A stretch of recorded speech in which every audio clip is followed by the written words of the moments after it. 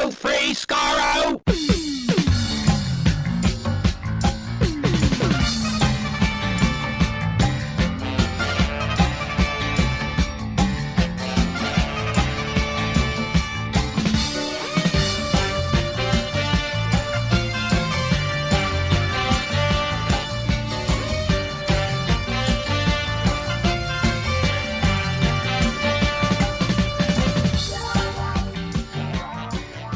Hello, everyone. Welcome to Radio Free Skaro, episode number 797.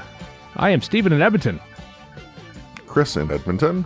And Heather in San Diego. Yes, Heather Berberet joining us once again for the first time in a long time. The first time during a news segment, because Warren's off, I think he's off hunting bears, or the bears are being hunted by hunting bears. him. That's right. I did misread his text message. So he's off in the wild, staying away from literally everyone, because that's what Warren does anyway.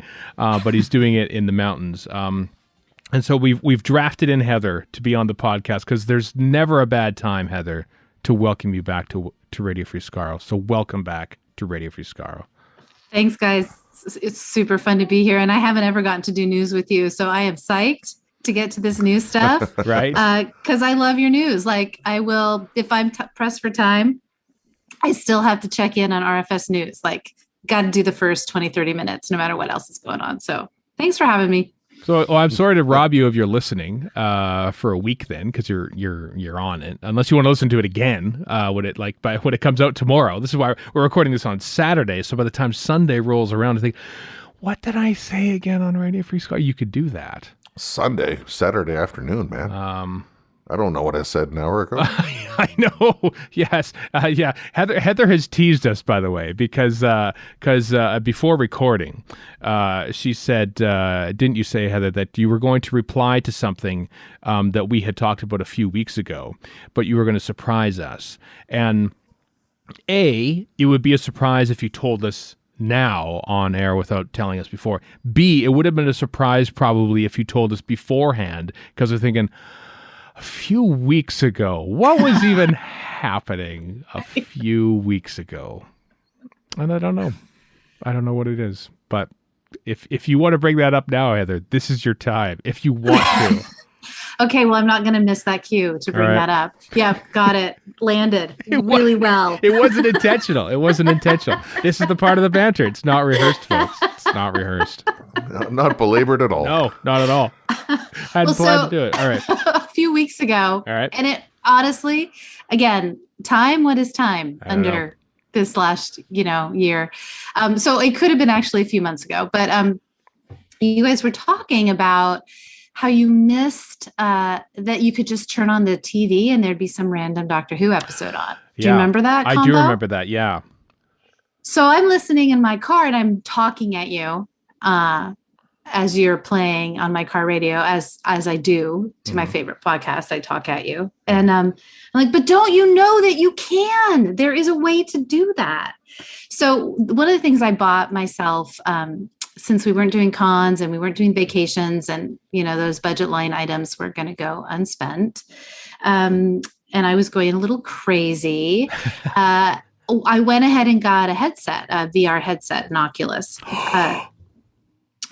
Which had been owed to me, I must say, for a bit from a birthday. So I went ahead and we pulled the trigger and I got an Oculus headset. Right. And the Quest, which is the all-in-one one. It doesn't hook up to anything, which is super fun. And I'm playing around in the apps, and there's this app called Big Screen. And it is what you think it is. Like, it's an app for watching the screen. Like, so they have movies and they have, you can get Netflix and Amazon Prime and all of this stuff, right? Through a big screen. Or maybe you can do it separately. Anyway, that's not the point. The point is, I go into the TV show section and they have a Doctor Who dedicated TV room. Shut up. No joke. Nice. No joke. You go in, it's like you're sitting in a movie theater. Mm-hmm. And the screen appears huge in front of you on your headset. And it's all classic Who. And you never know what is going to be on. Like, I checked in the other night and it was the Romans. Right? This sounds like the coolest thing. Why? Well, I'm half vaccinated right now, Heather, and you wait to now to tell me this just as we're about to come out of this. I had intentions to send you an email, and I just, life. And then I checked in the other day, and it was the Suntaran Stratagem. Like, I've seen everybody. Like, you just drop it in the middle. It's Pluto TV runs it. Oh yeah. So it's they've also got a Star Trek channel, which is pretty cool because you drop in and it looks like you're in a spaceship and you're watching TNG. Right. So it is so cool. So when I'm on playing my games, I always at the end, I just drop in to the Doctor Who channel just to see what's on and just hang out for a bit until someone else shows up. Because in this app, you have avatars and you can talk to each other, and that freaks me out. I'm like, nope. Soon as someone else drops in the room, I'm out of here because I'm not going to talk to you. Like I'm watching Doctor Who. Right. Leave me alone. I'm watching episode 3 of The Robots of Death. Could you please shut up? Yeah. Why do you want to? And they sit right next to you in the movie theater. I'm doing little quotes with my fingers. Yeah. But you can also set it up with your friends so you can all show up at the same time. And then I would love to talk. Like, how fun would that be to set it up to all go watch whatever's on? No, I would still say, excuse me, I'm trying to watch The Robots of Death Part 3 here. Shut up. Please be Don't talk to me. It'd be all MST3K at that point. Yeah. Oh, they have that. They have one of those as well. No, as far as the audience talking. Oh yeah, that's watching, true. Yeah, that's true. So the big question, of course, then is, did you get Doctor Who: The Edge of Time for your? Oh well, yeah, that was the whole point of it, right? That was the whole why I wanted to get it in the first place. And the game is pretty simple for people who do games like that, but the graphics are fun, and it's pretty cool to be opening the door of the TARDIS and to stand in the middle of the TARDIS. And apparently, I switched headsets because the Oculus upgraded the Quest. So I gave the old one to my daughter and I got myself a new one because, I'm in my house for all day long. And actually, side note, my dad is in San Diego, but he's 75. And so we didn't really get to see him all year, but they have this amazing game called Walkabout Mini Golf, which is a fabulous game. And you can play with friends. So I've been playing miniature golf with my daughter and my father for a year online. It's been awesome. It's been so much fun. I have for years on this podcast thought I need to get a VR headset, but I'm so frightened off because everyone I go into, this looks neat. Oh, you need a PlayStation 5 to use it. No. I mean, look, I'm not receiving any, promotional benefit here. The Quest is great. It could not be easier. It's a completely standalone. It loads the graphic, it loads it onto the headset itself. So isn't streaming. It's so, even my 75-year-old father was able to figure it out. Let me just tell you. Wow. So that's so maybe I'll, without throwing it across the room too many times, I'll be able to work out how it goes. Yeah. And even technically, it will occasionally glitch, as all tech does, but really rarely. And if you plug it in every night, and then even the controller batteries last a long time. It's a really good product. I have to say, it's really, really fun. And there's just some amazing games and amazing 3D documentaries on there that are just incredible. So it's been great. But mostly what's really captured my heart is I can just drop in on Classic Who and I never know what's going to be on. And it's wonderful. So yeah, I know Pluto does that. We don't get that level of Pluto coverage here in Canada because naturally, but I maybe I would rig it somehow that I would have access to the Pluto. Maybe it goes beyond virtual reality and it's actually available everywhere. But maybe I will finally look into an Oculus Quest. Quest 2. Quest 2. Yeah. Looks like they start about $400 Canadian. Well, I tell you what. Like everyone else, I've got vacation money just sitting there in a pile going, what do I spend this on? Yeah. And maybe finally, dear listeners, after decades of me talking about getting one of these to play, although at the Doctor Who and the Edge of Time, I think that's the one that's coming out for Xbox later on this year, oddly enough. Not the 3D, not the virtual one, obviously, but so by the time I finally get in a VR headset to play this game, the console version will probably come out, and then I'll have 2. You wait forever to get 1, and then 2 come along at the same time. It's so cool in 3D, because you encounter our favorite monsters, and they're kind of like right there. And you can cast it too, by the way. So you can cast what you're seeing up on your TV. So that's kind of fun too. Like if someone wants to watch you play, or you want Pluto TV, you can cast it from your headset onto your TV and just watch on your TV, I guess would be very technologically confusing, but possible. But yeah, I mean, it's just very cool in 3D. And they added some Time Lord Victorious content. Oh, cool. To Edge of Time, which I haven't gotten to yet. So that's kind of fun too. Okay. I might finally do this. I might finally look into this, folks. Don't quote me on this, but Heather, you are the first-hand account now that I have. Really? Yeah, because now I feel like I'm slightly more well versed in headsets and stuff, so that I can just order this. And there's no other thing I have to order. I would just order the Oculus Quest 2, and they would send it to me, and then I would have everything I need. Yes, I do recommend a kind of charging stand, which you can get on Amazon for all different price ranges. Because it doesn't come with any, and it's just a little awkward. It's just disorganized. That's all. So a little charging stand kind of lets you set it up in a place, and you just kind of plug it in, and that's helpful. And then the game, it's really easy to buy the games. You can buy them right through the headset, and they range anywhere from $6 to $30, and they have a whole, oh my gosh. So for May 4th, they had a package where you get all the Star Wars games, of which there are 6. 6 VR games. 6, wow. 6 VR. Yeah, there's a Darth Vader Immortal series, and there's 4 of those. And then there's a new Star Wars pinball, which sounds ridiculous and is massively cool. And then there's a new one, I can't remember what it's called, but it's set in the Disneyland Star Wars space. So that's also very cool. And then maybe there's only 5. Maybe there's 5 Star Wars games. Anyway, there's a Star Trek game. It's pretty fun. And it comes with a controller too, as well. Is this how this 2 works? controllers and the headset. Okay.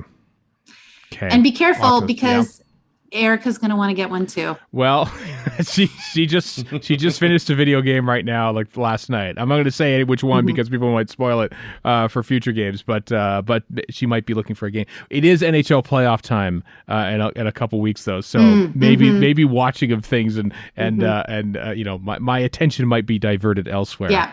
Yeah. But the games end at some point, and maybe that's when the Oculus Quest 2 will take over. This podcast brought to you by Oculus. Oculus. Well, Facebook, right? Because Facebook bought Oculus. That's the thing, but I know it's the only thing. I mean, you have to have a Facebook account, and people grumble about it. But you know what? You don't notice it once you do it, which I guess is probably not good either. Well. Looking past the we had this debate before, and we'll probably talk a little bit about it on this podcast. Separating the art from the artist is a thing that we sort of have to put up with in life. Have to do as fans, yeah. But more on that later. Let's get to other happy things like Gallifrey One. The first Gallifrey One guest announcement happened this past Monday, as we teased on last week's episode. Sylvester McCoy, Sophie Aldred, Sacha Dhawan, the master himself, coming to Gallifrey One. Woohoo! Sophia Myles and Bill Shaban, Annette Badland's coming back, Stephen Gallagher, India Fisher, Sadie Miller, a whole bunch of more people. The first Gallifrey One guest block. We're not even legally allowed to enter the United States because of the border right now, but they have the first guest announcement. And we were talking about how it feels very, approachable, like it feels like reachable, that this goal, even though we can't actually get there right now. How are you feeling about potential Gallifrey One, Heather? Oh, I'm so excited. It's just such a relief to see guest announcements, and we presume it's all going to be good by then. And I just miss everybody. I miss everyone. I miss the space, and I'm really looking forward to it. Yeah. And I'm excited about Sasha. Like the whole internet just fainted there for a minute. As I knew they would. I was thinking, they're gonna move. The master / Waris Hussein. I mean, how can you go wrong? How can we go wrong? I loved him as the master, but I loved an adventure in space and time. So he's so good. I know you played the master. What was it like playing Waris Hussein? I will ask him if the time comes. So yeah. Imagine if they got Waris Hussein back and they could have Like there's an instant panel right there. Oh, I mean, he's been. I mean, he was obviously on. I think I've seen him. Did they do a thing together? I think in the years since. I can't remember now if they did something in the UK or not. But that would be cool. So you're hinting at Sean Lyon to maybe bring Horace Hussein back to. I mean, I don't think anyone would complain if Horace Hussein was brought back. He's so great. He's so great. But Sacha Dhawan will be there, as I said, a whole host of people. Rob Ritchie and who is it? As I scroll down the list, Martin Garrity, who of course do some of the animated stuff, about which more later. Doctor Who stuff. Yeah, there's a whole bunch of people in just this first batch. That's the thing. Yeah. I'm curious about your thoughts on Stephen Gallagher being announced. My thoughts? Well. Yeah. Writer of Terminus and Warrior's Gate, or credited for Warrior's Gate. Credited for Warrior's Gate. I think a few years ago, I don't remember where I was hearing about it on Twitter. It's like, oh, Steve Gallagher's a great guy for a chat. And I thought, yeah, you know what? Let's give it. I actually just reached out to him and interviewed him for the podcast. So he's been on this show, Stephen Gallagher, many years in the past. So I'm always happy to talk to classic Doctor Who writers because, you know, they have stories to tell and I like their stories and stuff, both the on-screen stories and their stories of writing those stories. So yeah, that's pretty cool. Very, very cool. You know, I'm excited about Annette Badland because I've been lassoed into Ted Lasso. I see what you did there.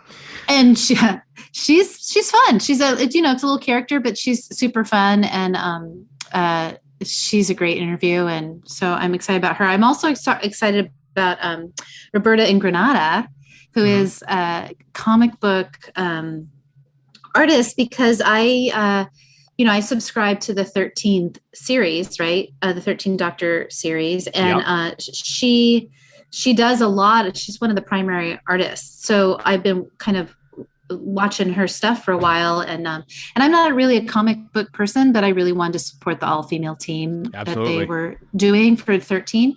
And so that's been fun. And I've gotten to talk with Jodie a lot over the years because she usually comes to Galley. But I think this might be Roberta's. Yeah, it's her first visit to Galley. So I'm excited about that one too. It is fun to meet her. It is cool. I know we don't focus on the comics as much in this podcast. We probably should do it more. But yeah, the volume 1, which is basically the first half of the most recent series of the Jodie Whittaker comics are out as one volume now as of I think this week. So who knows what it'll be at this point? Come Gallifrey One. I know that they're also working on the Missy one as well, and so that's cool.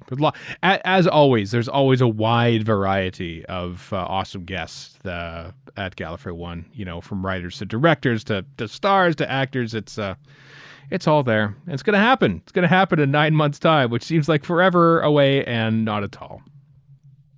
The countdown is like 267 days. Yeah. It's like, well, you know what? Somehow I made it through the last 267 days. So I think I'll make it through the next 267 days. Yeah. Yep. So that's something to look forward to. We should follow up on the Noel Clarke thing because the Guardian, Ciaran Cale and Lucy Osborne have done amazing reporting on this. The initial article that we talked about last week about 20 people in the industry sort of speaking out. More now have spoken out, and now it's being linked back to Noel Clarke's time on Doctor Who as early as 2004. John Barrowman is also mentioned in there because, of course, he is the one that Noel Clarke is mostly mimicking in that somewhat now infamous clip at a convention panel in Chicago TARDIS in 2014, which Annette Badland and I are on, that John Barrowman was doing antics, so to speak, on set. I didn't know that he was actually formally reprimanded by the BBC by Julie Gardner back in 2008. Yeah, that was news to me. And he stopped after that, which, you know, credit. You were told not to do anything, and he didn't do it anymore. And but yes, now that it affects, you know, our show directly. Not to say, well, now we're going to pay attention to it, but it just feels a little closer to home, you know. And I've seen quotes and screen caps of the article about the Gallifrey One Me Too panel from 2018.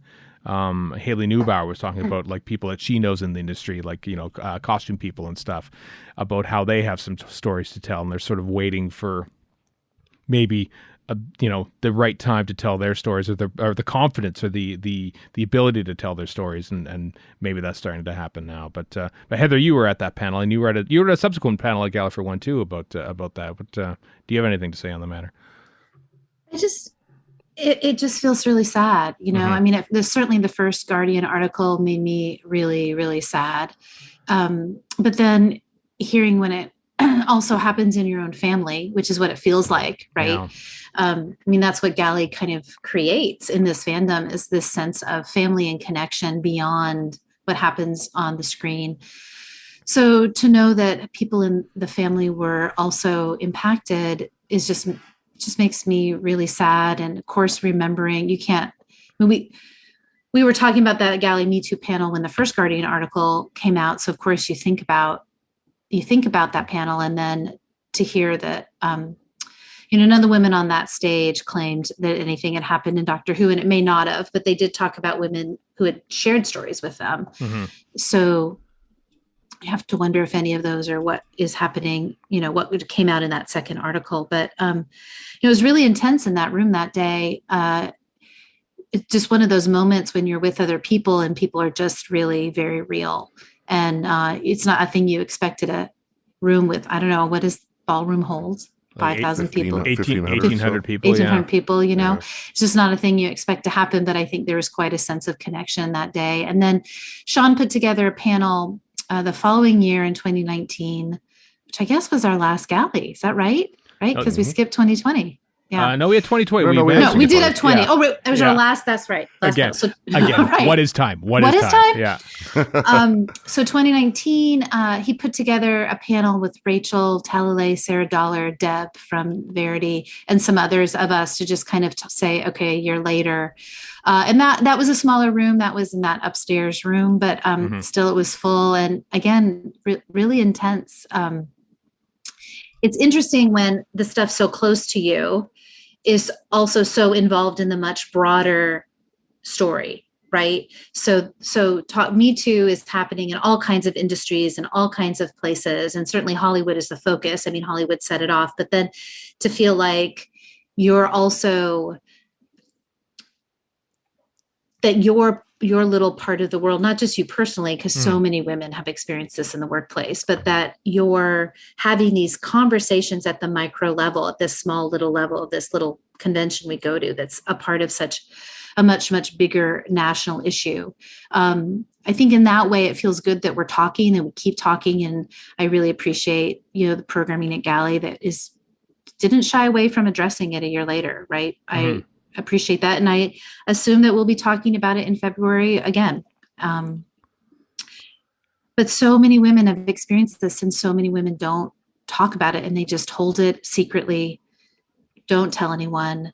They feel so ashamed that it happened and so responsible for it happening so often. It just makes me really sad. And I hope that we just keep talking. And so the culture changes, where treatment of women in any way that is not respectful, or any person, but women specifically, is just not acceptable behavior in any context, right? And we just have to keep talking about it. We just have to keep saying that. So that's my vomit of thoughts there for you. Thoughts. No, you're right. I mean, the sad thing is that it's not a thing that happens overnight. It should be something that is easy to get. But it is difficult to change an entire society. And you think that, I remember hearing Wendy Padbury's story back in like the mid or late 60s about her experiences on it. And now it's still happening, like it's been 50 years since Wendy Padbury had experienced something, not in the Doctor Who set, but on something else. And obviously in the 60s, it would be much more not accepted, overlooked. Well, I know, I don't know what the right word is, but you get the impression that, we've come so far since the 1960s, but have we? Yeah, it's not nearly as far as we should be, and that's a sad thing. That progress can be such a slow moving ship that takes decades to turn, it seems. Yeah, this second Guardian article makes mention of an open letter signed by hundreds, like almost 1,000 people in the British entertainment industry, like an open letter calling for an end to this culture that turns a blind eye to predators and harassers operating in plain sight. So when you get big names behind things, sometimes rocks can be moved. So let's hope that this has a positive effect. Let us indeed hope. Well, on to other Doctor Who stuff, like recreated animation. This is weird. So the Radio Times, we're quoting the Radio Times in this article. We're citing the Mirror. We're citing the Mirror. The Mirror comes out with a thing, basically this epically long article about the history of Doctor Who, essentially. But like the crux of the thing is they are working on Galaxy 4 animation, and then that's about it. They don't cite a source or anything else, but the Radio Times apparently thought enough of this one line of dialogue to say that, yes, they are apparently working on Galaxy 4 animation, which means they're starting with season 3 of Doctor Who after working pretty much exclusively in Patrick Troughton when it comes to this whole wrath of Doctor Who animations. So now it looks like season 3, based on a line in the Mirror, which sounds actually a cocaine reference in the 1980s, but but it's not. Mirror in the bathroom. Mirror in the bathroom, yeah. But yeah, so Galaxy 4 animations possibly. Do you watch the animated recons of classic Who stories, Heather? I do. When I did the pilgrimage, I just could not get through the telesnap one. I mean, I just could not get through the missing episodes. So I've had occasion to go back and visit because someone was, there was some reason to do so. But I really appreciate the animations. I can get through those. And I couldn't even remember. I mean, I think Galaxy 4 is one episode, right? Yes, one exists, Airlock, and a big clip of another episode if you're keeping track at home. Yeah. Well, so when I would watch all available episodes for if there was for missing stuff, but I was like, people talk about Galaxy 4, I cannot even remember it. Like I can't. So I had to go back and look it up. I'm like, what happens? And I'm like, nope, still don't remember it. I'm sure I watched the one extant episode, but so I love them. I think they're great, and I love listening to people talk about making them. Like those are some of my favorite panels.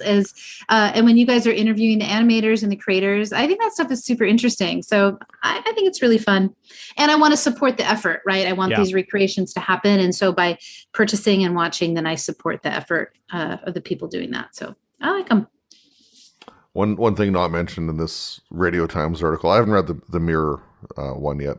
There was about an hour long, quote unquote, recon of Galaxy 4 once Airlock was found on which I can't remember which DVD it was off the top of my head. But, it was on Aztecs, wasn't it? I think it was on the Aztec Special Edition when it came out. Yeah, because it just happened to be the first Hartnell story that came out once that came back in 2011.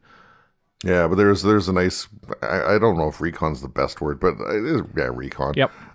Which included the entire runtime of Airlock and then whatever on either side. But not as a separate. It was good. Not as a separate thing, though. That's what bothered me at the time. It wasn't a separate thing. You couldn't watch Galaxy 4 Episode 2 as on its own. You had to no, you had to watch that 3. Yeah. But I'm sure that. I'm pretty sure we probably already had separate copies of Airlock outside of that anyway by that stage. So. I don't know if I did or not, but I do now. in my quest to make my own personal Telesnap recon with audiobook narration, which I'm very close to being done. I finished the Space Pirates just yesterday.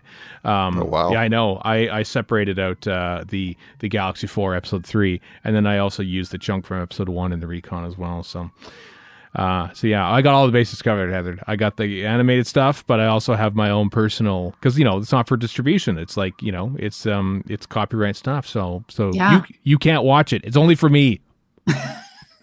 Which is kind of a bummer. It's a little bit, but I don't want to. I paid for all the audiobook versions, so like it's not like I'm stealing those or anything like that. I'm just making for my own. I just like them. I like having Peter Purvisor or Fraser Hines narrate things to me while I'm watching Telesnap Recons. It really does help to connect it a little bit more. So, There's all sorts of different ways to watch classic Who that doesn't exist anymore, and Telesnap Recons is one, and animated versions are obviously another. And I like both. I like having the choice. I still think we're so lucky with Doctor Who that we have such dedication to sort of like, reviving the past that we thought, you know what? Let's make cartoons about Doctor Who episodes that don't exist anymore. And before we even get to like Dalek episodes, let's animate Chumblies. Let's do it. Because who doesn't want animated Chumblies on their screen? I mean, come on. They're actually pretty easy to animate. What do you think? They don't move a lot, so it's pretty great. It's pretty easy animation, so it's a good one to start with. I wonder if Pluto TV will drop the animations in their run. Like if I go into big screen on my headset, I wonder if I'll see Chumblies in the future. I mean, I haven't run into any animations or recons yet, so they're probably not doing that now, but they could. It could just be part of the regular flow in the future, right? I hope so, because there is a complicated... I mean, BritBox, I think, has the power of the Daleks one, but I'm not sure what other ones they have when it comes to animated recons. They have their own Telesnap recon of Wheel in Space, which is only available on BritBox right now. It's a hodgepodge a little bit right now, but... Okay, can I ask a question? You bet. Revealing my lack of missing episode data. No, okay. It's fine. This is good. I like this. You can ask so we can tell. This is great. This makes us feel much better about ourselves. So shoot. Okay. Yeah. So when I was looking this up, I didn't scroll far. I just read the little caption about Galaxy 4. I didn't scroll down to see that the name of the missing episode is Airlock. Yeah. So is that the episode where the woman, the companion of the day, gets pushed out of the airlock? That was Katarina. In the Dalek Master Plan. Oh, okay. It's not. Okay. Do you see why I got confused though? Because I'm like, I remember that. I remember that scene super clearly. Because what is happening now? She sacrificed herself to get rid of one of the baddies. Yeah. Okay, but that's right. But Vicky's in Galaxy 4, not Katarina. Okay. Yeah. But you see why I got confused with the name Airlock. Oh, indeed. Although it was initially written with Barbara and Ian in mind, but of course, by the time they made the show, it had changed to Vicky and Steven. So Steven basically does the Barbara part. So initially, it was Barbara getting put in the airlock at the end of episode 3. Spoilers for Galaxy 4, by the way. But it ended up being Steven in that, which apparently Peter Purves didn't like. So, oh, really? Yeah, there you go. Because the script wasn't initially written for him. And I suppose any actor's thinking, these aren't lines that I would say. Well, they are lines that Barbara Wright would say. And guess what? You're Barbara Wright. Wear an appropriate cardigan, which he did. Wears a cardigan in Galaxy 4. Okay, well, now I'm going to have to go watch that episode, of course. I think you have to. I think you got it now. Yeah, totally. You don't have to wait for that. Yeah, they'll probably animate that one too. I find it so curious when they animate like even the ones that aren't missing because just so they have a more cohesive product. They're not like just sort of filling in gaps. So it'll be intriguing how much they hew to the established continuity of episode 3 of Galaxy 4 when they animate this. But well, when I watched Fury from the Deep, I really expected them to kind of take the footage that we have and kind of morph it through the computer so it looked animated, even though the base was the actual film, but they of course didn't do that. That's way technically complicated. Yeah, I think they stuck fairly during the famous scene that exists, the censor cut scene of Oak and Quill gassing what's her name in her flat, which is an iconic scene.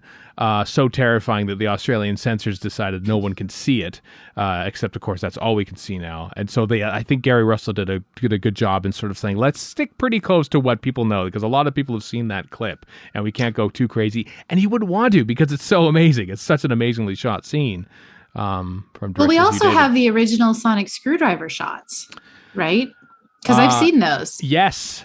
Just that little section of it. That tiny little although oddly, no, we don't. No, there's no, because on the day, Patrick Troughton lost the actual prop. So he used like those little... Oh, that's right. Those little whistles from his life jacket. That's right. Yeah. So it's not it's an actual sonic screwdriver moment Yep. without the actual sonic screwdriver. Yep. That's right. I remember now. Yeah, because there's the sonic screwdriver scenes from the War Games, which That's the one I don't know we if stick that's- to, yeah, because it's just a pen. It's just a pen light.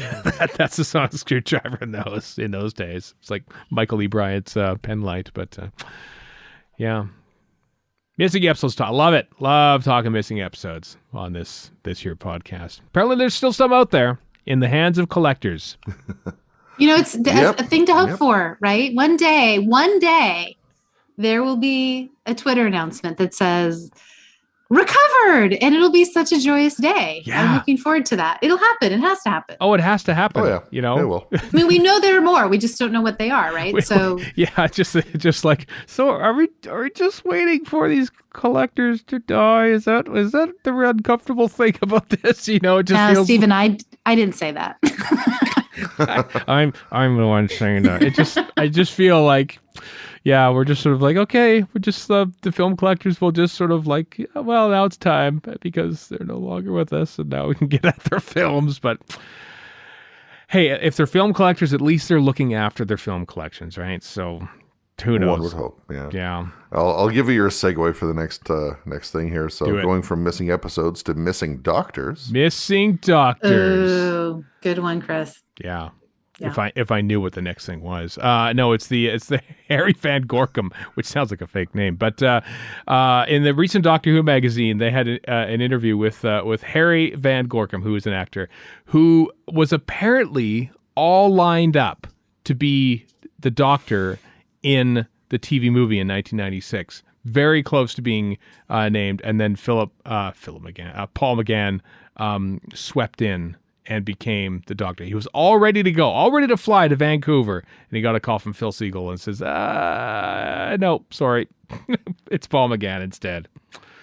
So, yeah, interesting. I've never heard of that story until Doctor Who magazine came out with it. So it's fascinating that, decades after the fact, because we are hitting, literally, this week will be the 25th anniversary of the original broadcast of the Doctor Who TV movie.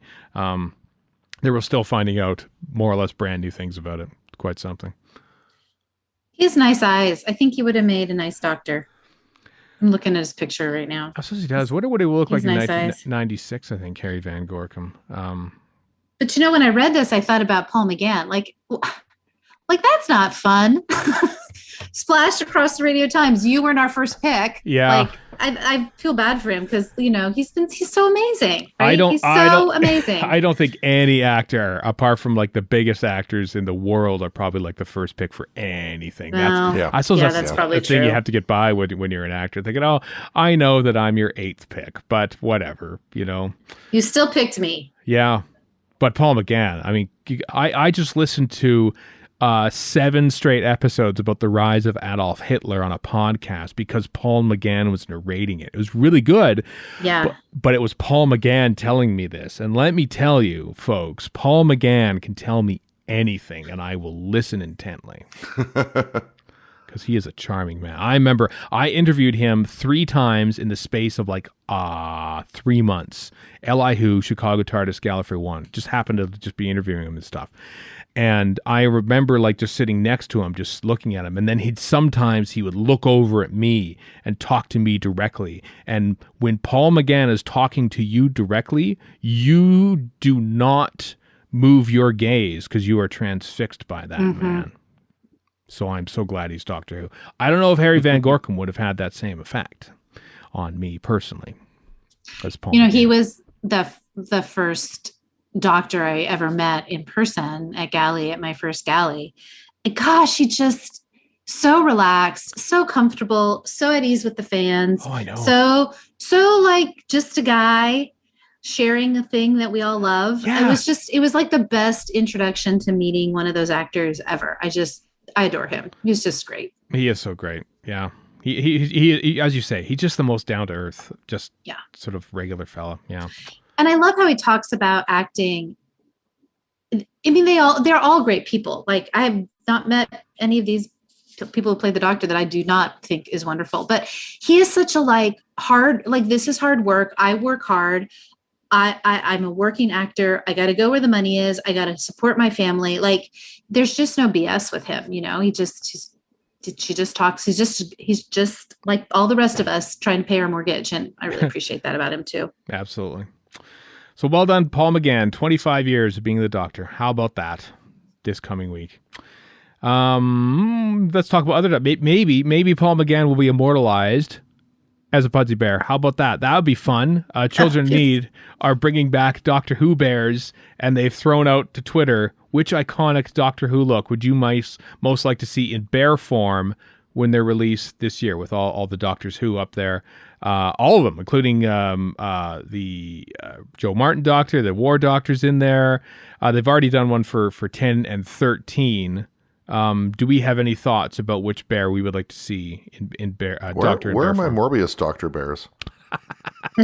Why don't I have a Douglas Camfield or Philip Hinchcliffe Pudsey Bear? Where is my David Banks understudy Doctor from the Ultimate Adventure stage play in 1989? Yeah. Where's that? Where's my Trevor Martin?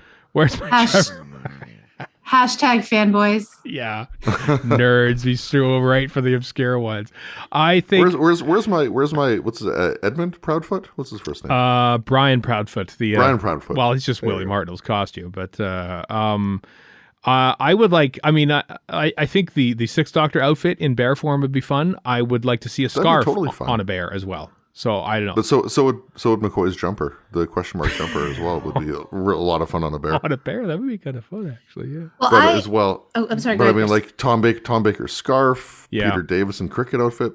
Yeah. Oh, a mini Tom Baker scarf. That's a must-have. I think it is. Yeah. Because does the 13th Doctor one have a scarf? I can't remember. Well, I don't have the BBC one. I have the Build-A-Bear 13th Doctor. Yeah. Which is fun. I had to get that one right away. I want a Joe Martin, because that's the most killerest outfit ever. I think. A cool outfit. So cool on a bear. Oh my god, awesome. That would be really cool, actually. Yeah. I mean, we want them all. Let's face it, including David Banks, Trevor Martin, Morbius Doctors. Basically, we are greedy. Don't give us the choice. Don't make us choose. Children in Need. I wonder if I can just buy the mini scarf though. I really want that mini scarf. Yeah.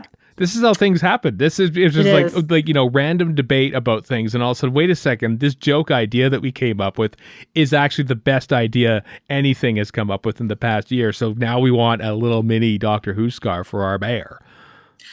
Okay, but now here's the question, because sometimes this stuff comes out and you can't get it in the US. Like, it kills me that I can't get those steelbook. Yeah. Mm-hmm. I hate that. Why can't I have that? Why can't I have that? I'm American. I should get to have anything I want. How does the world not understand this rule?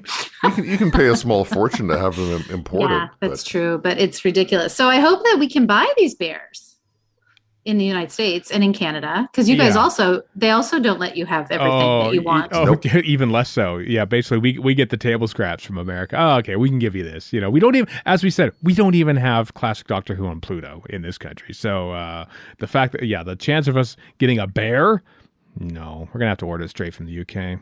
But I gave you a workaround on Pluto. That's true. That's very true, and I appreciate that, by the way.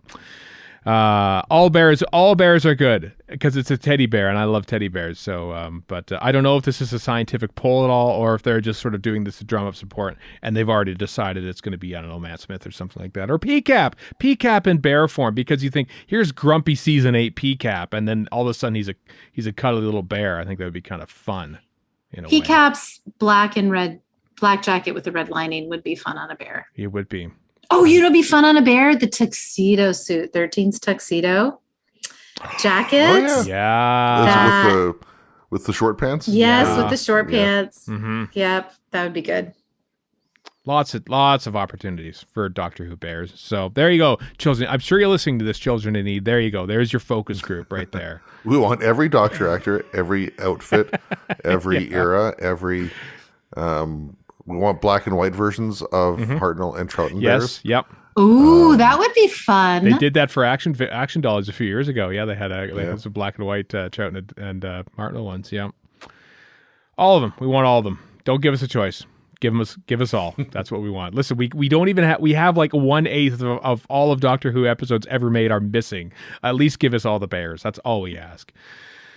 That's all we ask. Let's talk about some audio releases coming up. The upcoming.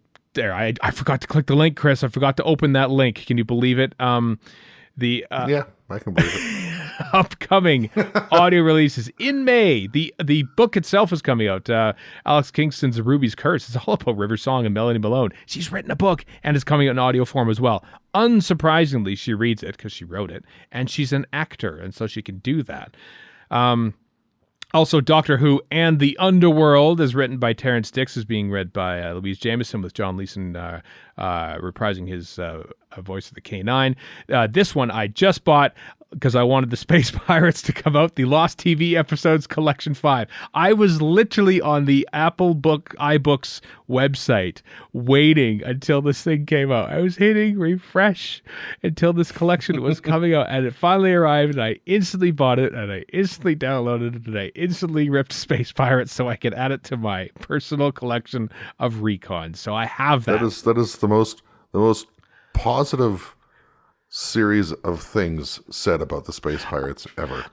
Heather, have you ever seen anything to do with the Space Pirates? I know you went on the pilgrimage, but yeah, because one, they exist, and two, they were written by okay, so I'm 52, so I have an excuse for not remembering names. They were written by Robert Holmes. Robert Holmes. Oh no, wait. Yeah. So maybe I didn't see the Space Pirates. Who's the ones that written?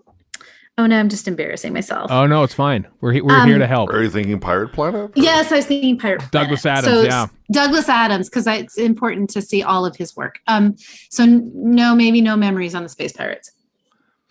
Nope, that's pretty much everyone. That's everyone. This is why I'm trying to this is why I'm trying to like inform everyone that the Space Pirates, while maybe not as good as you as an episode of Doctor Who is, it's not as bad as you think.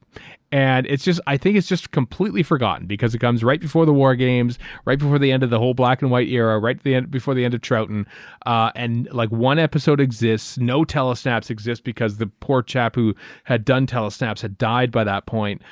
So little is known about the Space Pirates that I want to try and help elevate it to,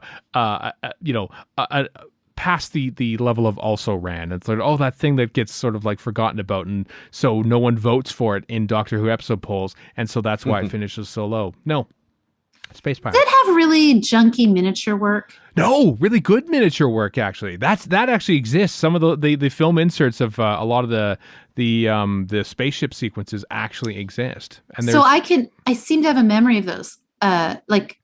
So I might actually have a memory of the Space Pirates, Stephen. Well, I'm impressed. Yeah. That makes two of us.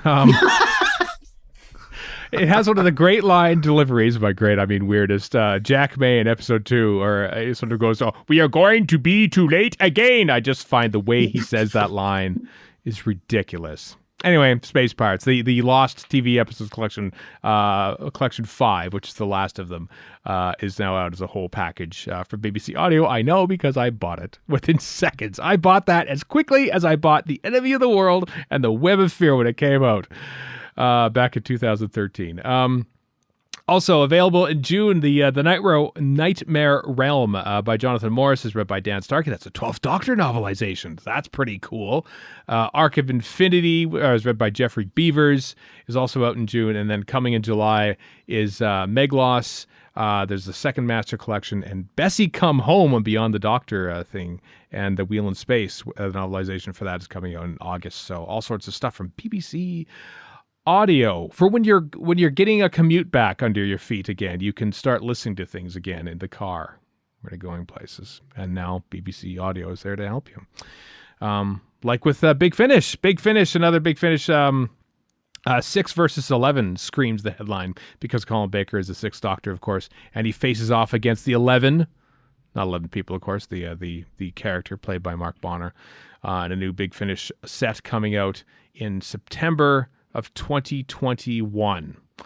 So there's this thing called Brit Sci-Fi Online, which is happening this upcoming weekend, 14th through 16th of May. A free online celebration of British science fiction. So Zoom, it'll be over Zoom, I assume, or something like that. Yeah. With a whole host of people like Joanna Lumley and Alex Kingston, Paul McGann, David Bradley, Colin Baker, Sylvester McCoy, whole host of Doctor Who people on an online convention. So that's cool. Is that open to anyone?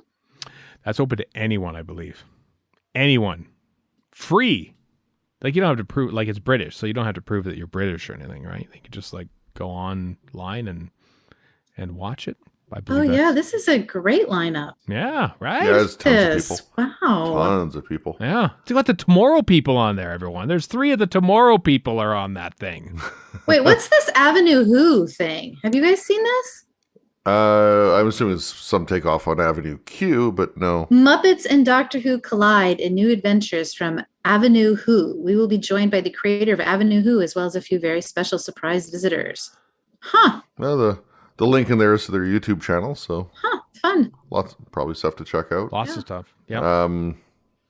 One thing I forgot to put in the news list that we talked about before recording, happening next weekend as well, is this BBC4 Arena broadcast of Delia Derbyshire, The Myths and the Legendary Tapes. Yes. Which is Sunday the 16th of May. Yeah, I saw that and I thought that's surely got to be just a repeat of it. No, it's a new thing. It's a new thing about Delia Derbyshire. I'll always watch documentaries about Delia Derbyshire in the Radiophonic Workshop. So neat. The woman who plays Delia Derbyshire also directs it, according to the credits here.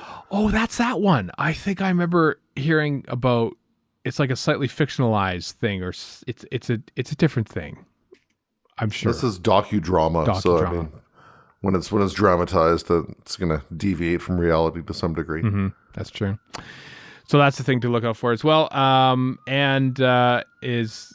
some books. Sorry, I'm losing track of where we are. I should also say, 50 odd minutes into this podcast, so we have the commentary for Torchwood Creek-bearing gifts coming up on this podcast very shortly. But the last item in the news list is the Black Archive books. The first 10 that came out are all being sold as a package on discount. You can get them all. They're very good books. Liz Miles wrote the Ambassadors of Death one, which I own. I think I own The Massacre as well by James Curry Smith, which is very good as well. So you can get the first 10 all in one bundle. It was The Massacre that you did the Jim Smith interview. I did. For way podcast, back when, because right? it was more or less celebrating the launch of these things. Yeah, it's a very good book about the Massacre. It's a very in-depth book about that. So, yep, one small book about one specific story, very well written from many different authors. So yeah, if you want to get the first 10, it's all in a bundle there for you.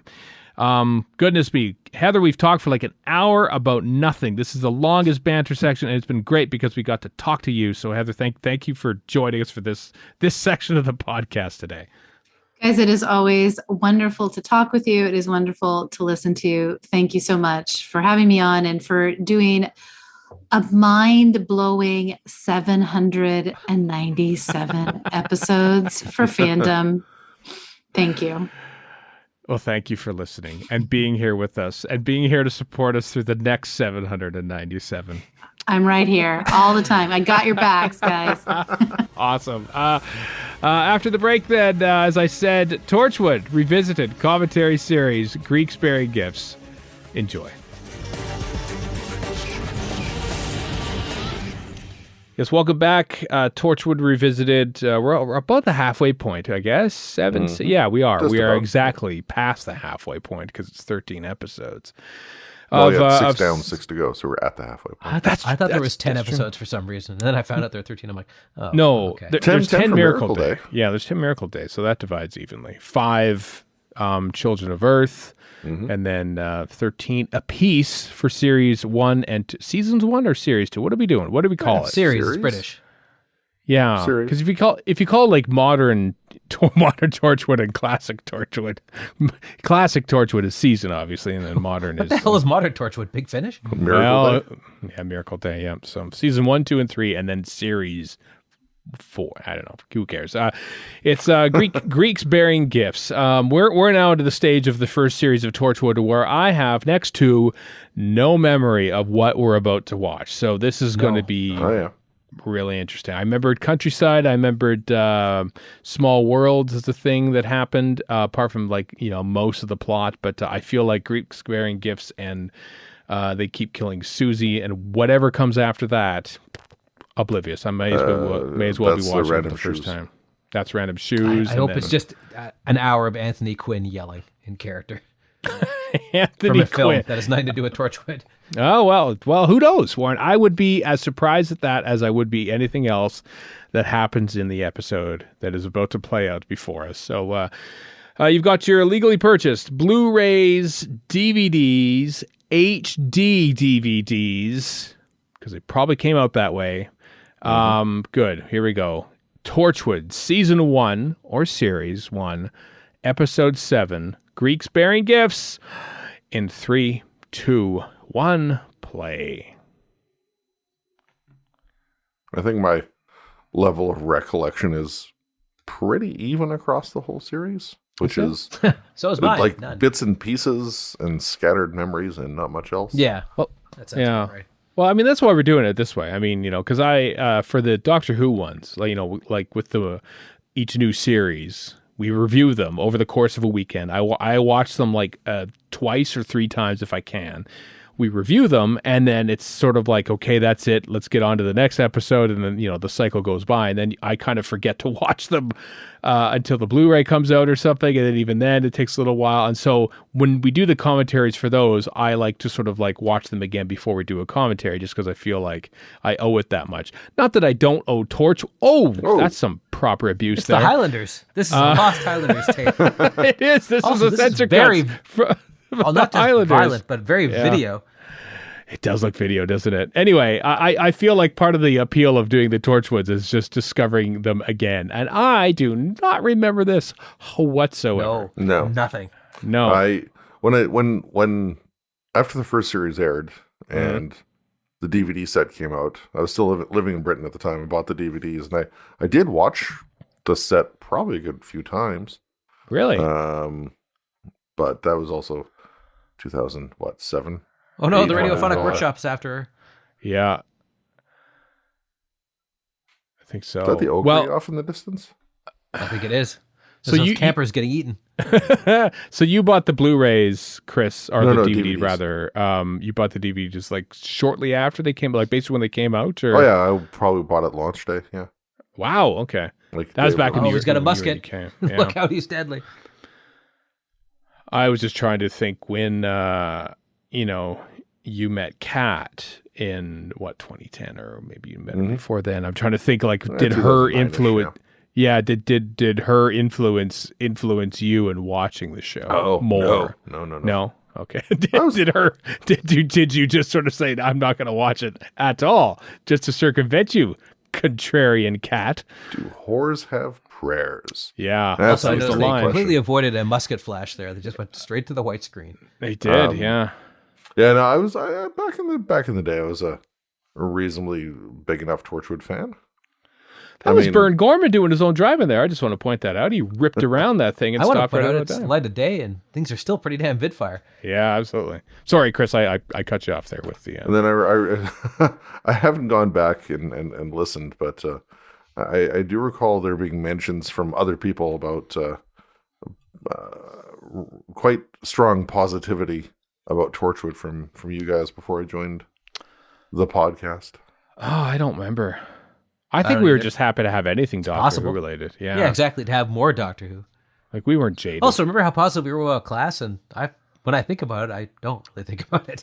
I don't know. At the time, I thought it was. I think we were middling on Class on the whole. I think maybe. We like bits, but it's definitely not our definitely wasn't meant for us. No. Well, yeah, that's true. It's Toby it's weird. Whithouse. It's the Toby Whithouse was it was the first Doctor Who spinoff that I felt was not intended for me, because Sarah Jane Adventures was for kids, but it had Sarah Jane in it. Yeah, it had Sarah Jane in it. Classic Who. So. It did. So in a way, I felt we could appreciate it. But and this, of course, is for adults, and we obviously like the show itself are all mature adults. Oh, very much so. But Classic just felt like this. Mature. this is falling in between a crack somewhere, and it just feels like I'm not the market for this. And maybe they didn't know who the market was because they didn't know who to market it to, and that's why there was only one season. Stay tuned for 2026, where we have our Classes Back in Session commentary series. Oh, God. And forget that Capaldi was in it.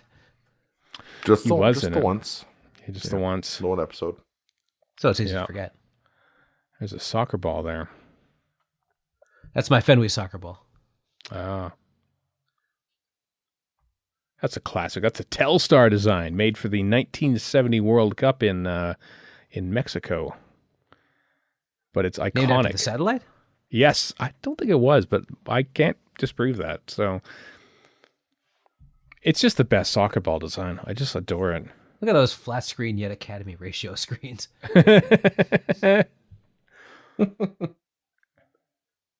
Yeah, this is all pre widescreen stuff for sure. Although obviously not. For computers, yes, because obviously it's being made in widescreen. But we're watching it right now. For computers, sorry, yes, yeah.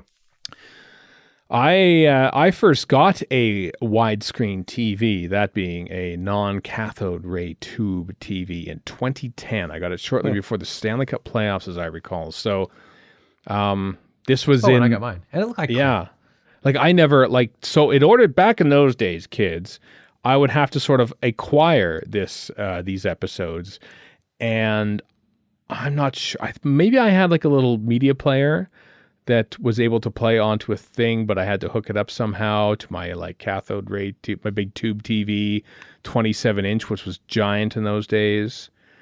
But I think I also burned it to basically video CD as well, and it would play in my DVD Oh players. God, which looked like hell. They were like It 320 did. by something.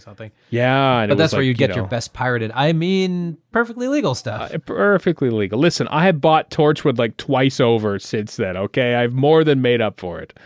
I got a copy of The Phantom Menace with Thai subtitles long before it ever got on video. Yep. Really? I remember that one. Yep. And I ran it in Super Channel, and I'm amazed I never mistakenly threw it to air. That would have been, yeah. Who is this woman flirting with Tosh? This is now? Mary. You saw her in the earlier bit where she. Yeah. Yeah, this must be 2000 whatever because she's smoking in a bar. Yeah. True. Holy crap. They outlaw that. Because in the UK, they probably. So now she's a 9/11 truther or something. Quite probably. Sure. She just has that same ring to her. Here's some crazy crap. I'm going to tell you about it at a bar, and you're like, "Oh, how do I get out of this?" Yeah. Oh, you saw it on YouTube. Was YouTube a thing? I know we've had this talk before. Which social media networks? YouTube had started. Yes. I think in earnest by this point. Yeah. What a crazy time. Stupid video. The 9/11 denial video was out yet. Whatever it was called. Oh, what was that called? I remember a coworker of ours recommending it to me and me watching going, this is agitprop and borderline anti-Semitic. No, thank you.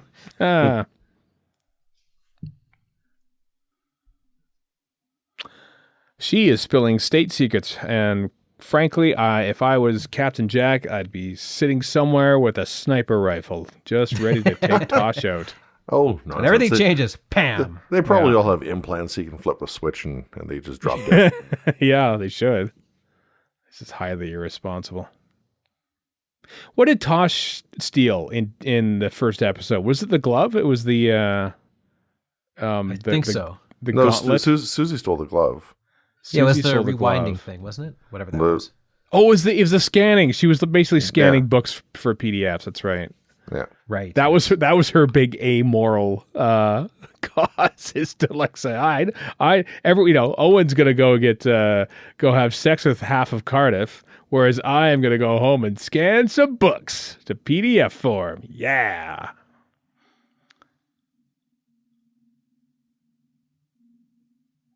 Goodness, it's like that's a hell of a hairdo right there. Yeah.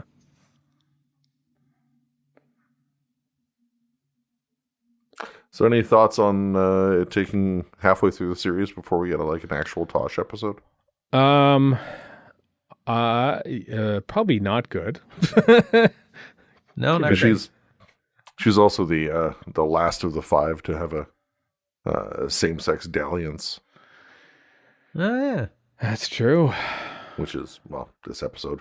Mm-hmm. And then promptly forgotten, basically. And mostly because she's being manipulated, you know.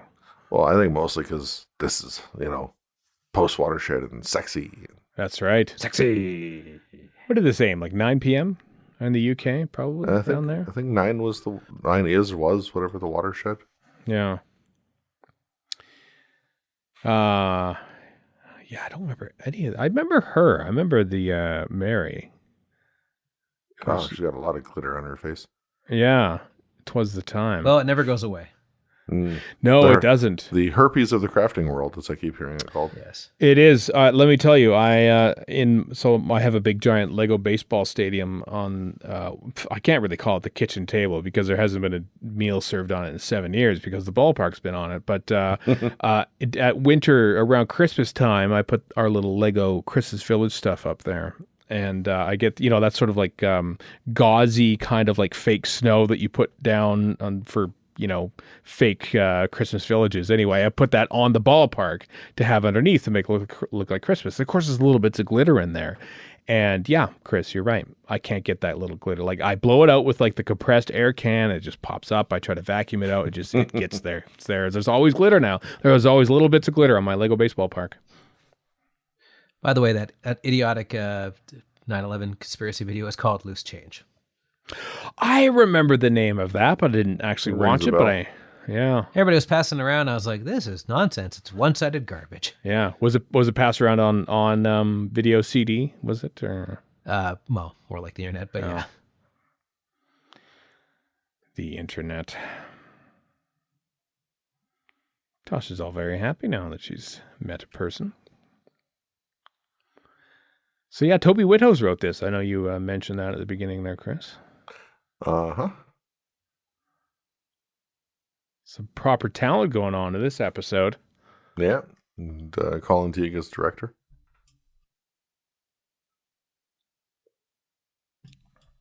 Apparently Josh looks shocked because she's on video. This Loose Change film apparently went through multiple editions. Did it really? Yep. It's not quite enough BS. Let's add some more. Now with extra BS. Executive producer Alex Jones. Okay. Oh, was it really? A tech event in the early 2000s. Oh, that doesn't surprise me. In the early 2000s, and some guy had a CGSR sticker on his laptop. I'm like, hey, that's a great sticker. And it immediately is like, yeah, CGSR is awesome. By the way, have you heard of the 9/11 Truth Movement? I'm like, whoa, dude. Oh. And that's when I discovered people were crazy. Crazier than usual.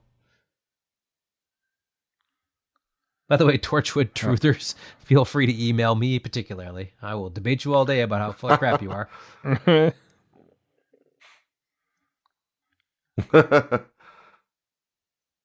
She can read their thoughts. The thoughts. Yes. She knows that Tosh and Gwen and Owen are being naughty. Sex in front of I do not Weevil. like that turn. I'm not a fan of this Gwen business. Season 1 of Torchwood does feel like, we're, like the parents have left for the weekend and we're going to make our TV show. So, and, we feel like we're going to make the same TV show that we wanted to, but now that nobody's watching us, let's rent some porn or on the pay-per-view or something. And let's find the key to the liquor cabinet so the parents that's basically what the mode of this is like, ooh, what can we do? Like most porn, it's boring as hell 10 minutes in. A little bit. Would Gwen and Reese then be Grease for their ship name, or I don't know. I guarantee it's somebody's come up with the ship name. So Gwen and I don't think you have to worry about shipping a couple like that. What about Mary and Tosh? Mary Tosh. Mosh. Mosh is the obvious one. Mosh pit. It's better than Trary. That's true. Which is a gang name for contrarians. The Traries. Mm-hmm. This woman has got lung cancer, I think. Unless she's an alien, in which case, maybe not. Yeah, I've always wondered, like, I know that I didn't watch the X-Files, but the smoking man smoked, like, herbal cigarettes all the time on the show. Yes. Like, I think weren't John Vancouver Hamm native. did as well in Mad Men. Okay, yeah. Like I'm thinking, like, what's the history of fake cigarettes on TV shows? I know that John Hamm, by the time Mad Men became a thing, like he was an ex-smoker, so he didn't want to smoke real cigarettes for a number of reasons. Yeah. So. Well, I mean, to say nothing of health and safety, having lit cigarettes everywhere in a, up to the, adventure in space and time to keep it in the Doctor Who family. A little That's bit. true. Like, that's all basically inside with cigarettes because, smoking was the style at the time. I don't remember the name of the smoking man, the actor, but he runs or did. William He B. might be retired Davis. by now. There you go. Yeah, William B. Davis. I think he's passed. I think he died a few years ago. No, he's one of those guys where you think he has. Larry Flint, for instance, who, well, not as of this recording, but as of a couple of days ago or yesterday, just died. I'm like, isn't he already dead? Hasn't he been dead for a long time? No, but no. He just died. Okay, so Davis, has he passed? Oh, I'm pretty sure he did. Yeah, he died. He did not die. I apologize. I thought he died. Well, he's still around. Yeah, he's Canadian too. Mm-hmm. Anyway, I also want to point. I mean, this is I don't know what the term is for it, but the whole lesbian / bisexual nature of this relationship. Naturally, she's evil and smokes because there was that whole trope. The evil bisexual. Yeah, the evil bisexual. It's one reason why I know that some people who are DS9 fans just think, oh, this is so great, or any fans of the Mirror Universe. But every time they go to the Mirror Universe, it's always like there's always evil bisexuals across the whole universe. That's what makes it evil. They're not like terrorists or anything like that. Government, no. They're all evil bisexuals, and so like, oh wow, they're so evil that Kira Nerys would like make love to herself. She's so evil, At that point, are you bisexual or just omnisexual or whatever the hell well, evil, the term Warren. Actually, don't. You're evil. You wear leather and you smoke and you're evil. That's what Kira this is Nerys telling looks us. Pretty damn good in her mirror outfit. So. Yeah, well, there you are. They got you, evil bisexuals. That's right. They got me. Their cabal got me. And they still do it. Let's face it. In Discovery, in the times that they've gone to the Mirror Universe, A, I didn't care because I don't like the Mirror Universe, and B, everyone's like, oh. Evil bisexual. Well, the worst if we could smoke, we'd be Basic smoking Instinct right is now. ridiculously over the top of that. Yeah, I think that started it. I think that more. Well, I shouldn't say started. It sort of like popularized it. It became prominent, because of that. Yeah. Although I'm sure people who know more than me, i.e., everybody, could probably correct me on that.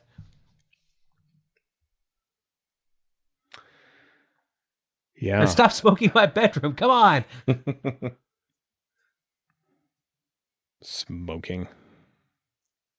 Evil. There's a plot reason for that, isn't there? I vaguely recall that she's smoking? No, because she's evil, Warren. She's an evil bisexual. Okay. That's why.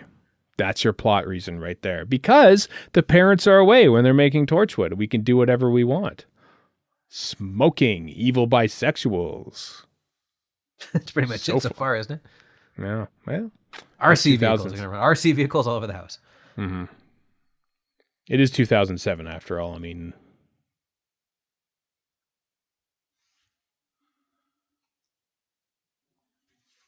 It's kind of funny that 2007, which isn't that far away, is such a ridiculous trope you could never, well, you probably would get away with now, but still, it'd be looked askance at a lot more than it was.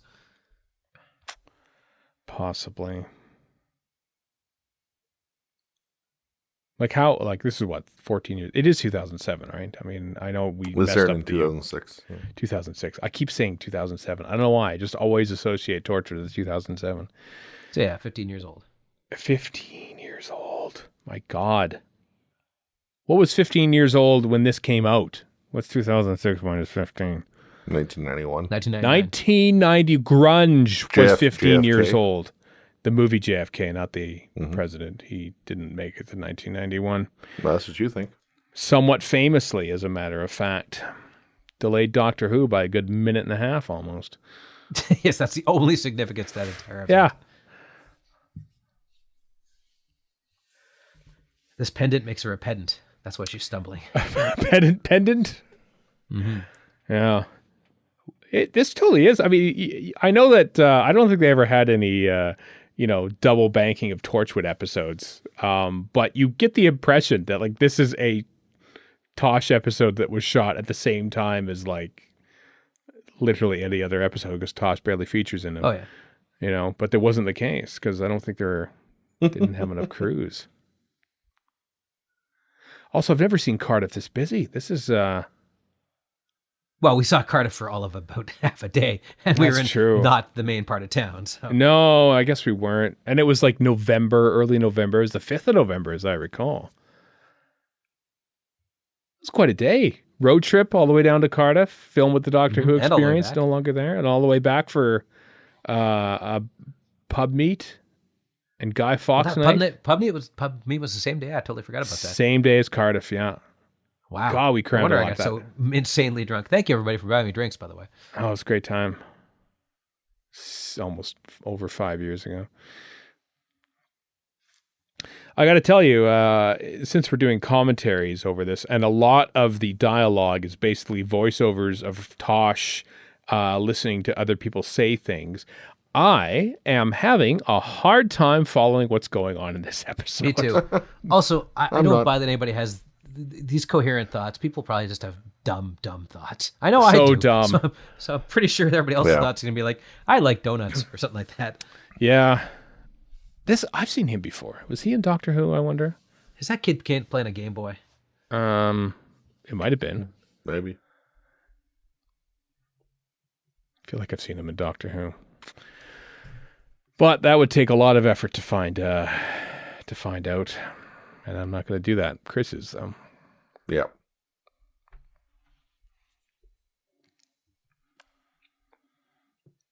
Yeah, I have no idea what's going on. Where have I seen him before? Space Invaders. Who wrote this? They 80? Toby Widows. What do kids play these days? Space Invaders? Sure.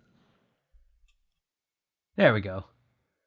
That's the Torchwood cut, and I'm looking for Whoa, a family murder. there it is. Yep. I mean, the Isle of Wight would bring any man to murder. Yeah. Isle of Wight. Which Beatles song is that mentioned in? Is that Oh, it's not one of the biggies. it's When I'm 64. Oh, maybe. Yes, I think you're right. It is the Isle of Wight, but not boo boo. We shall scrimp and sing. He played Yas's father. What? Are you Yeah. serious? Yep. That's Raven J. Ganatra. Holy crap. He is he's like 15 years older than what he is now. Wow. Yeah. So he's probably like 40 here. Holy crap. Yeah. Or he just plays old well. Yeah. He's Arachnids got a of the beard. UK, Demons of the Punjab, and Spyfall. Yeah. Wow, I did not know that. That is pretty cool. Good, Well, how about that? Good eye, though. Yeah, thank you. Listen, I watch British TV and like literally any actor. I said, do I know? Is that Why is he person from flinging Doctor Who? bones, for God's sakes? I don't know. What's Owen Harper's deal? So he can sing. Why is this song used in Prisoner? Who knows? Yeah. Because it's awesome. Like all of The Prisoner. Sure. How dare you? How Yeah. dare you?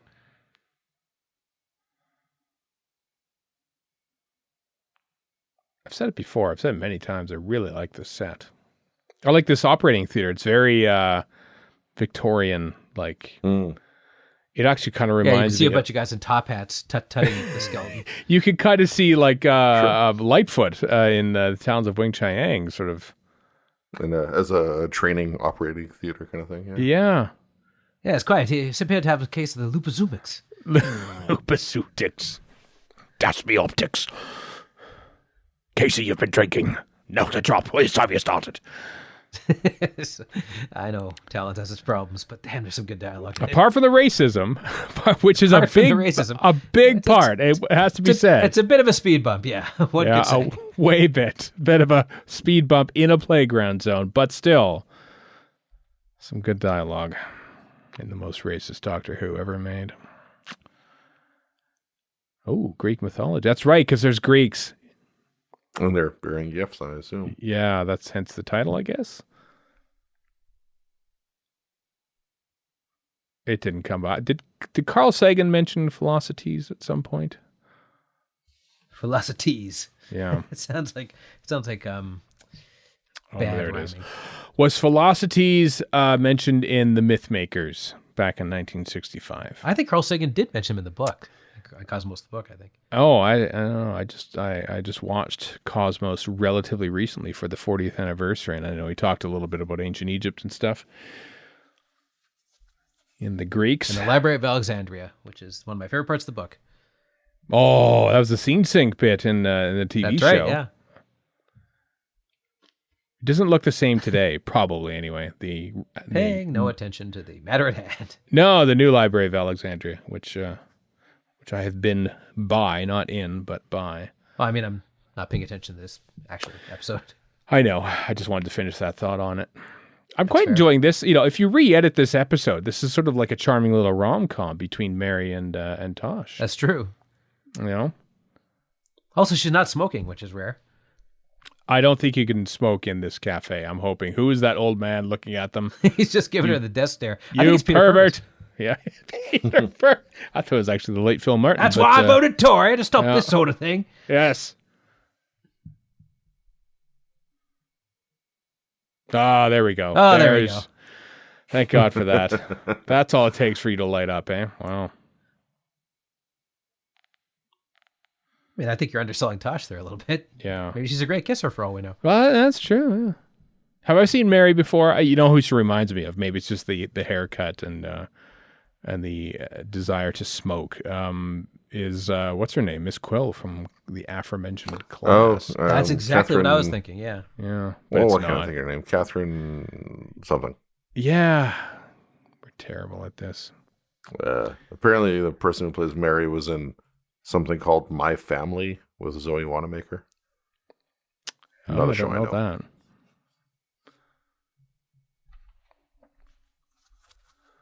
Not like Bern Gorman, who I think has probably gone on to the most successful post-Torchwood career. Pacific Rim, yes. Pacific. What was he? Was he like a notable? I didn't see Pacific Rim, so He's kind of he's like This is a secondary character, but scientist, kind of a wasn't he? bigger secondary character. Yeah. Yeah. Him and this guy looks almost exactly like tattooed J.J. Abrams, but isn't. tattooed. Oh, that's what's his. Isn't that the what's his name guy from the Lego Movie? Is it same Well, guy? maybe. Yeah. Who was in the other movie? Oh, I don't know things. I only watch Doctor Who, people. Okay, I don't know anything. Anything like Wasn't Dave it Doctor- Bautista or It was No, not not Dave Dave Bautista. It was the guy who voiced Benny in the Lego Movie. Charlie Chris? Oh, Day. Charlie Day. There's a Cyberman. Oh, I Is that a think you're right. Cyberman in Yeah, the back? It is a Cyberman Yeah. drawing on the background. I never noticed that. Yeah, but Dave Bautista and J.J. Abrams are not two people who are going to get mistaken for each other anytime soon. Probably not. No. No.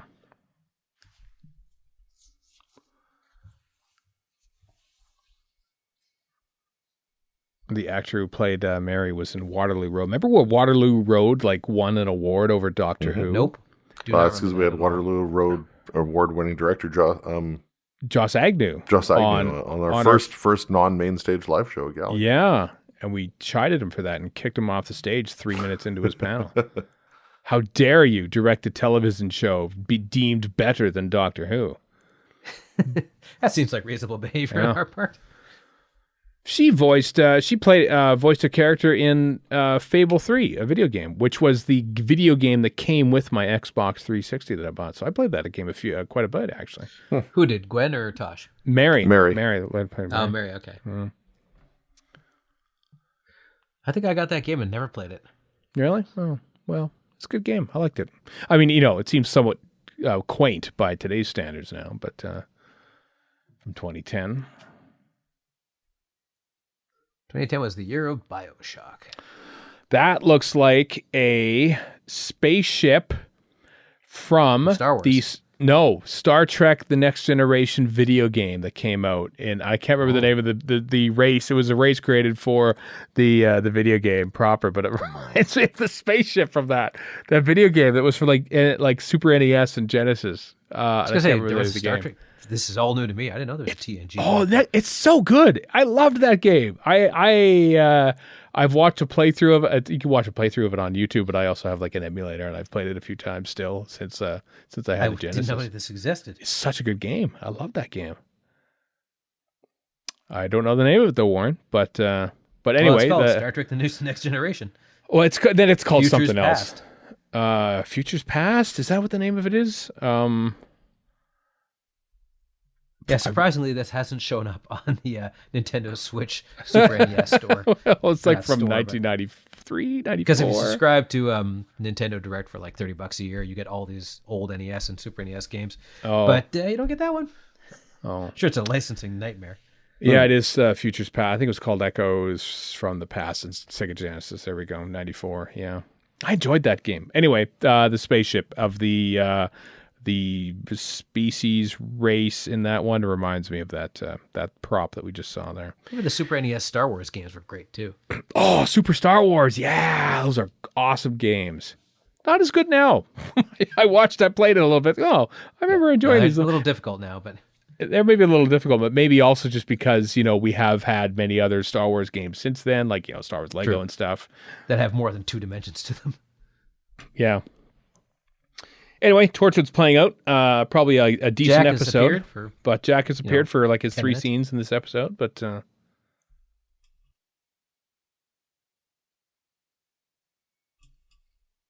ooh,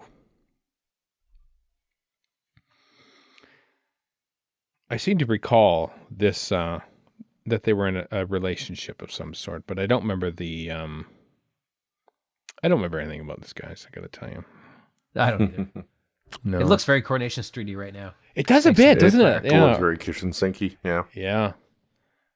Like when they lean into the domestic in Torchwood, it's like, oh yeah, there's that, because let's face it, the vidfire on this kind of looks like the lack of vidfire on today's EastEnders and Coronation Street. Exactly. Yeah. It totally does. Somebody actually worked on us probably going, what the hell are you talking about vidfire? Shut up. Yeah. Vidfire, God. The Start things that catch-all term now for anything that's video, which is kind of ridiculous. It's just a very specific mathematical process. Whoa, no, she's becoming she's frozen in carbonite. Doctor Who. Oh, I thought it was this rings a bell. Yeah. Yeah. Now I want to see this thing smoking.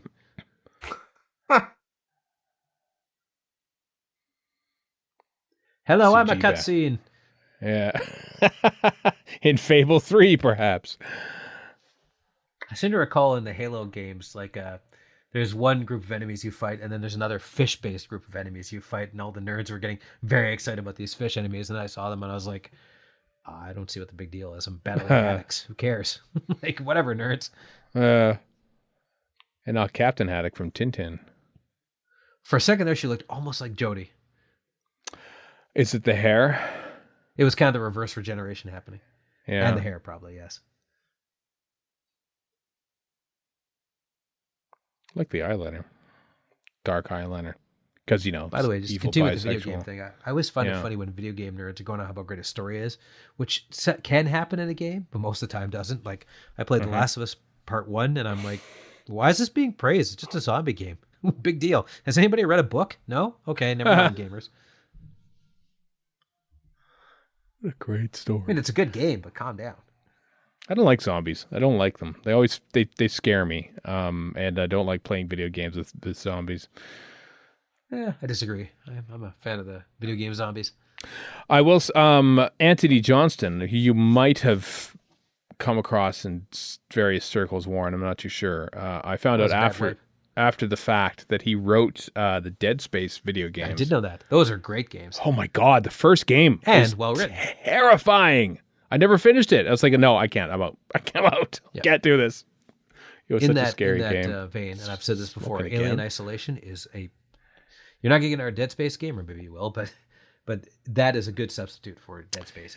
It is letter perfect rendition of the old Alien look.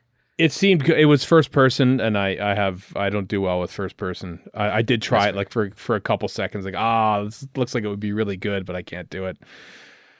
Just makes me a little bit queasy. Yeah. Also, it's got these great robots who are the precursors to Bishop, and they just walk around going tut tut. They just smack him in the head. Tut tut. It's great. Tut tut, old fellow. So what's the plot going on here? What's happening in this episode? I don't know. Torchwood has her ship. I suppose. So what was the deal with the? Oh, okay. Her ship. Oh, Torchwood has her ship. That's the thing. That was the Chelonian ship or whatever it is on the desk. Sure, yeah. And she wants to get back to it and leave. And I don't know how that ties in with 1812 in the pre-credit scene. That's when she landed. She landed there. Okay. That's when the creature landed and took Mary over in the first place. Oh, was that her in 1812? I didn't realize that. Yeah, it took me a while there too, Stephen, so don't feel too bad. Okay, the hair was different. Yeah. Yeah, I should have been watching these instead of just going in blind going, who's that? That's a skeleton. Who is that though? What actor was that? Basically, was that an actor? Cyril Shaps. That was William B. Davis. Cyril Shaps. That would be kind of that's awful. Yet at the same time, it's just like we're honoring Cyril Shaps' memory by placing his skeleton in Torchwood and or Doctor Who. I'd like to point out that's not true at all. No, it isn't. But it'd be quite something. I mean, if I was an actor. I would say, you know what? Donate my body to television. Essentially, let me become a prop skeleton, and then I can appear in like movies for 100 years. I would do that. It'd be my dying wish. It'd be my will. So you have to honor it. Here's the thing: it's the movie business, so they would treat your corpse poorly. That's true. You get left behind somewhere. I guarantee it. I saw this. Apparently there was a woman who they never was able to identify somewhere in France, in Paris, in like the 1800s, and they created a cast of her face to try and show do you recognize this woman? Do you recognize this woman? Anyway, that cast, that mold, got passed around, and eventually someone bought it because they're trying to make a CPR dummy, and they needed a head to sort of mimic it. And so the head of that woman, who no one knows who it is, has now been basically recreated on every single CPR dummy that's been made. That's kind of cool. Yeah. That's a Torchwoody thing. That's Torchwood right there. That's a Torchwood plot. And then all of a sudden, when you're just like need some CPR dummies to run around. Just need some CPR, perhaps being, performed mouth to mouth by evil bisexuals who are smoking in chairs, like Mary is here, and boom, you got yourself a Torchwood episode. It's easy. It's easy to write Torchwood. There's a lot of frenzied camera work about nothing here. It is a little bit. This is a lot of filler. Who's in charge of feeding the Weevils? Yeah. That's a good point. Probably Yanto. Yeah, that's a good point. Yeah, it's got to be Yanto. Or maybe they just have a service. Job. Yeah. Skip the dishes. Yep. The Weevils skip the dishes. Yeah. Or DoorDash for you Americans, but or just that's the downside for the of our newfangled phones. You can't slap them closed in a dramatic fashion. I know, without breaking them. Yeah. Or snap them in two, which I never understood in movies. It's like, I'm snapping this in two. It can't be traced now. I'm like, yeah, it can. Just take the lid totally off. Can. It 100% can. Yeah. Yes, speed ramps. We've got them, so we're using them. Yeah. That was a thing, wasn't it, around this time? Yeah. It's actually a little out of date by this time, but not by much. They still use it in Indian soap operas. I remember stumbling on one of those one night, and Erica and I were watching them, and it's just like the most amazing amount of close-ups, zooms, slow motion, quick speed up. It was quite something. I vaguely remember this. I do not. But Jack seems to figure it out. Yeah. Oh, wow.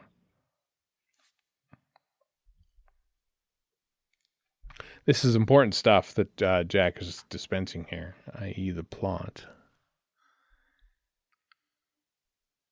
Chodak. It's the Chodak in the Star Trek game, by the way. That's the name of the race that had that ship that kind of looks like that. Okay, that's a terrible accent. Please stop. Also, his little speech there on the stairs was vaguely transphobic. Oh, well, 2006. Yeah, true. Yeah, boy.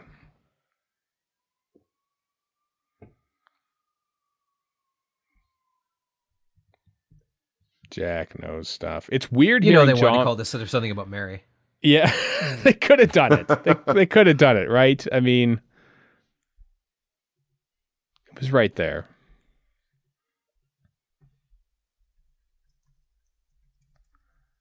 Oh, who's... Yeah, what did happen to the gun? If nothing else, Barrowman's hair is quite on point. Yeah.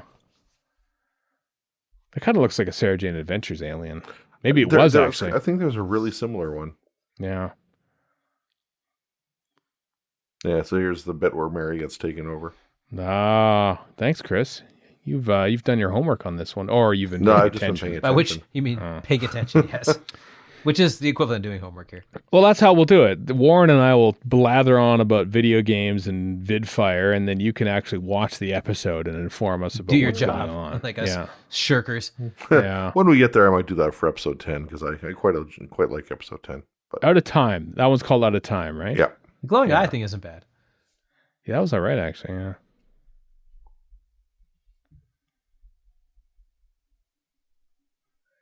There it is again. You're saying that was passe, this sort of speed up, slow down, speed ramp? Is that what you called it? Have you seen it in the last little while? No, I haven't. But I also find that TV has become much more like film. You know, like just the way it's shot. Oh yeah, yes. Like I feel even like this TV. is kind of like that. It feels like TV. It Well, still yeah, feels. but I mean it's in that weird middle ground, right? So Yeah, like it looks widescreen, but you know, just the way it's shot. There's a lot of quick cuts. You wouldn't do this necessarily in a film. no, Or at least you shouldn't anyway. In my opinion. I like things to breathe a little bit. I'm more Mandalorian production style as opposed to Star Trek Discovery. Let's put it that way. I can't argue with that. Yeah.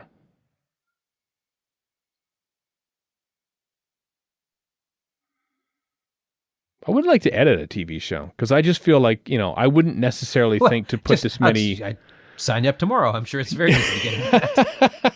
Like, no, I am going to turn your kind offer down to edit Torchwood. I'm sorry. The amount of stuff that you have to put in, it just feels like a lot. I don't know if I would think to put in people's reactions and other shots. That's kind of the key to editing. So Yeah. you probably should. I just kept it on this one shot the whole time. I would edit TV shows like Richard Martin directed. Let's just take a wide shot. We get all 5 people in it, and then we just let it out. And then you just tear. Why is there a test pattern for 4 minutes? Art. I don't know. Yeah.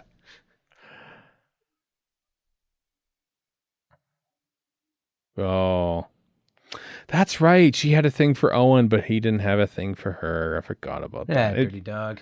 To the point where he actually very keenly insulted the previous episode, as I recall.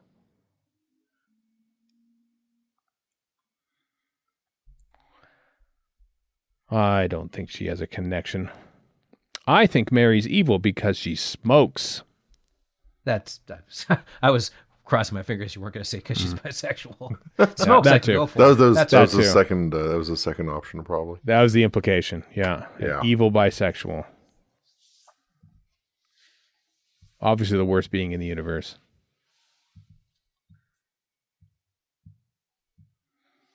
There you go. You got your ship back.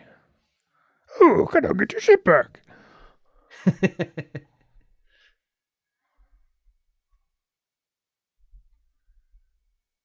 Ah, British teeth joke. From a British person, oddly enough. Well, I'm a giant face 2 billion years from now. Yep. According to some, not Warren, though. Not canon because You I are. say so. Here's Warren passing around his video called "Loose Change: The Face of Bo Story." Yes, I'm sure would have gotten millions of views if it was about the face of Bo. Just no, it's not the face of Bo. Which, is by an the way, inside is job. just as fictional as 9/11 Truth or Nonsense. Yeah. But more interesting and touching. Oh, she burned her up. Wow. Yep. I can't wait for the "you just lost a subscriber" email. Yeah, I killed her just like I killed that little girl. I killed her. Line them up. Yeah. Jack's Murdering Factory. Line them up. Which Which underground bar were they at with that dragon painting on the? I was gonna say that's quite the mural they got going there. Yeah, murals, man, murals never age well. Look at that.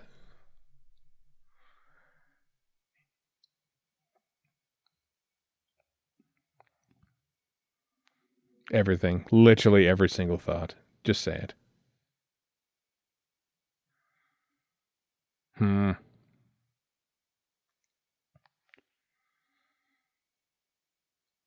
Tosh, no secrets.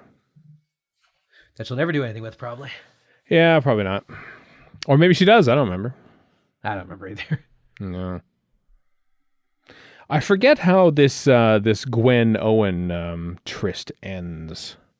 Not with tryst, sadly. Well, she gets married in the first episode of season 2, right? Is it the first episode? One of the early ones. Yeah. It's not one of the early. It's one of the later ones, isn't it? It's the one with Daenerys Hughes is in it, and It's one of Daenerys Hughes. Owen I remember dies. being a lot of fun. Owen dies in series 2 as well. Don't forget. Yeah, like and in that's the about middle. 4 episodes. Yeah. Yeah, like 3 or 4 episodes to the end, he dies. And he's a dead person up Sixth round anyway. Yeah. Yeah, and he stays. I remember the wedding one zombified. being really fun. Yeah. Yeah, I'm intrigued by Episode season 9 for the wedding one. That's the one just before PJ Hammond's. Okay. The worst episode of Torchwood ever. How about that? The wedding one written by a friend of the show, Phil Ford. Ah, that's right. Phil Ford wrote that one. His sole Torchwood writing credit. Yeah. What did Toby Woodhouse write after this? I'm trying to think when he started on Doctor Who. When did Toby Woodhouse? Was it Vampires of Venice? Was that his first? Yeah, I'm going to have to make you look that up. Yeah. And I can. Woodhouse wrote nothing else for Torchwood. No. Just this and nothing else. School Reunion was his first one. Course, School Reunion, which I'd already written. Which this is predates this. Yeah, a rare case of a writer going from Doctor Who to Torchwood. Although it's mostly production crew that we're talking about, like directors. I don't think Teague he hadn't directed Doctor Who yet. He was going to direct Last of the Time Lords. Well, he got the nickname Tumbling Teague from the end of season 3. Yeah. I remember that much. It's been 86. Yeah, Sound of Drums, Last of the Time Lords, Fires of Pompeii are Colin Teague's 3. There we are. Thus getting him in the miniscope. Yeah. We didn't mention this. I didn't mention this one, though. The speed ramps is Warren. Speed ramp. That's the name of the. That is the term. Yes, speed technique. Ramps. Yeah. Unit reference. I get it. I get that reference. That was for me and me alone. I mean, this episode wasn't terrible. I just wasn't paying attention. Yeah, I know. I think they kind of hit their stride in the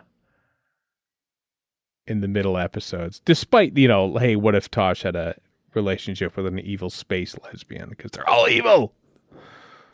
Oh, she's now lesbian, not bisexual. Well, I didn't see. Well, actually, no, because she was intrigued by Jack, so obviously, yeah. And the soldier at the start. So evil. Just 100% evil. How dare she? 2006 morals. She probably flirts around in the Tehran Empire or something with Kira Nerys. In another life. Can I live with it? I can live with it. Speaking of DS9.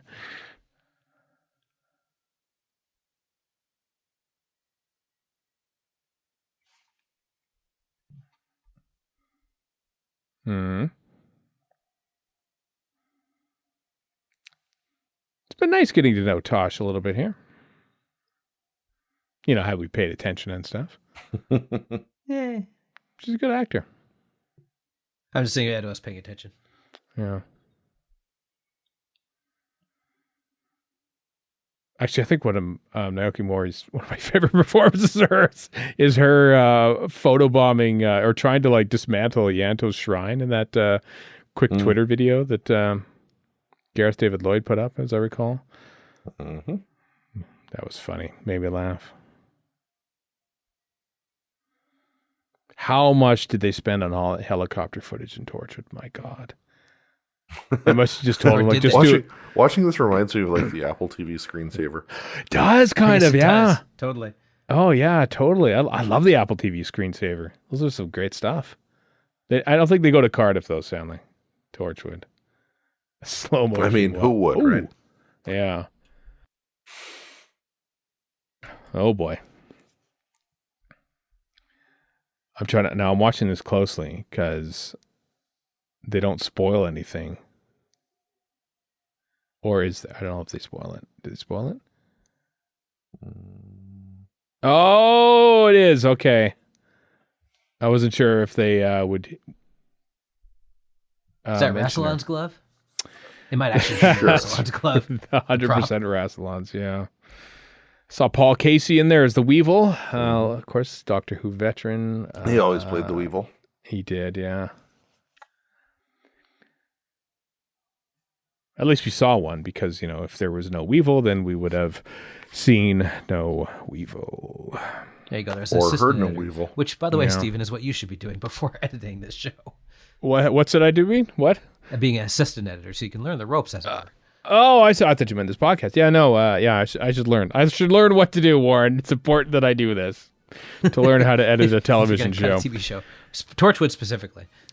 Just Torchwood. I'll start off on that. Just completely edit as just basically one long shot, one massive long shot through the whole thing, like Richard Barton would do. Anyway, you saw the preview there. Next week, or next time at the very least, in case something else breaks the long stream of Torchwood commentaries that we'll be doing here, they keep killing Susie on our Torchwood Revisited series. Join us for that, won't you? Until then, I am Stephen in Edmonton. Warren in Vancouver. And Chris in Edmonton. So long for now.